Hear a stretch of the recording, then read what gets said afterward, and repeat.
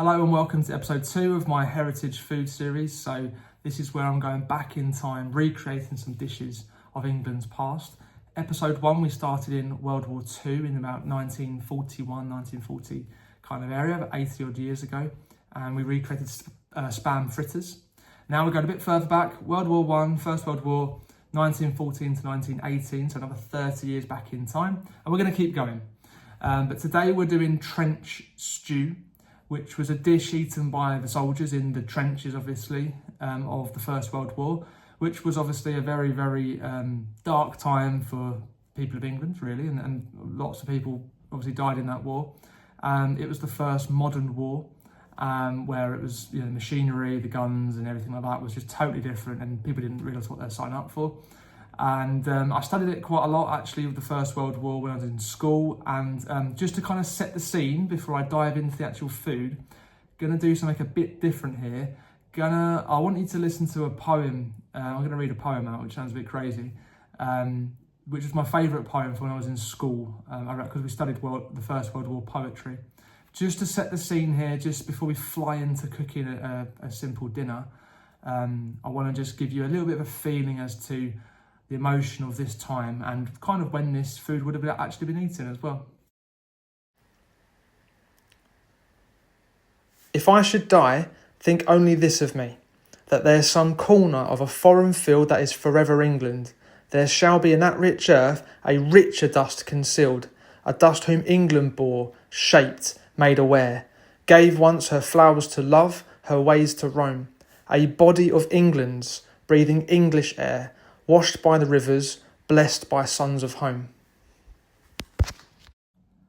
So I hope that gave you a little bit of a feeling there for the melancholic atmosphere surrounding the war. But now it's time to actually recreate trench stew. And like I said earlier, trench stew is to lift the spirits. So we're going to lift the spirits of this video as well and recreate a dish which would have been very popular from what I gather and from what I read amongst the soldiers down in those dirty trenches. So let's have a look at what we need for this dinner. So it's a really straightforward dish. We've got corned beef, half a can of corned beef required, a stock cube, 2 carrots, parsnip, 1 turnip, and it said stale bread or crackers would have been used. So typically would have been like old stale bread, but I've got some Ritz crackers to add in there. And then chuck a bit of water, mix it all together, and that's it basically. So it's nice and simple, and let's see how it all turns out. First up, to chop the veg, turnip, 2 carrots and parsnips. And there we go, parsnips, carrots and turnip, which is quite an old school vegetable, all chopped up. Now let's chuck it in a pint of boiling water with some stock. Right, we've got to put in half a stock cube into a pint of boiling water. Mix that like that, and then every time just add the veg into it all together, basically. So veg is inside now with the 1 pint of boiling water and some stock. So just need to boil these down, and when they become tender, then it's time for the old corned beef to go in, and then add the stale bread crackers, and that's literally it. So let's just let it cook now. Right, so the veg is almost done now. It's very tender, and it's time now to put in the corned beef. This in Sainsbury's, there it is. I think it was about £1.50 for a pack. Goes out of date in 5 years' time. Fantastic. So we're trying to open this up like this. It's just half a tin, so it's an incredibly cheap dinner. I worked out that this is actually for 2 people, and in total it would cost you 50p per person for a dinner. Corned beef is there. It's kind of like spam, really, like jellied meat sort of thing. So I'm going to get this out and chuck half of it into the veg. So here goes with the corned beef. There's half the corned beef going into the veg. Boom. Don't want to scrape out. And I'll start mixing this in. The smell coming off this beef, now I've mixed it in with the veg, is unbelievably nice. Like a salty, really beefy, really nice, like mouth-watering sort of taste to it. Smell to it. I can almost taste it already, to be honest. Looks like the stock's pretty much gone, so I think just going to heat this up, this beef, And we're going to dish up, basically. One more thing to add in actually is the crackers, which would normally be stale bread back in World War One. That steam's hot. I'll chuck all these in,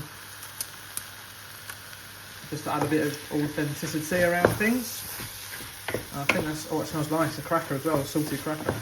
Obviously stale bread wouldn't be as nice, but I did say crackers was normal as well back in the day, back in the First World War as well. I think we're ready to go now, ready to eat. So here is the finished article, trench stew. So we've got our turnip, parsnips, carrots, corned beef obviously, and some crackers cooked in there as well. Smell is lovely. Really nice, and it's just basically a pile up of beef and veg. Okay, so taste test. So let's get a nice forkful of everything there, all the ingredients together, the beef, the carrots, the turnip, bit of an old school one, the turnip. Smells beefy and just basically like veg, pretty much. So let's dive in.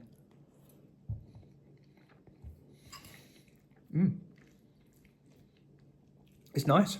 It's really fresh. It's really salty beef. You can imagine this perking you up if you're obviously maybe not in a war, but if you're camping somewhere or fishing, it's cold, that sort of thing. It's that kind of meal, it's nice. It's just nicer than Spam fritters. And this is more healthy as well, I think. You could substitute out the corned beef and have something else. So overall, this is actually a really decent dish. And it's nice to have a bit of this is what people were back in those days in the war would have actually been eating and smelling. It's the same ingredients. So yeah, it's nice to kind of revisit this. So I hope you enjoyed the video. I hope you got a little bit of history and a bit of thought around maybe a new dinner for yourself or lunch.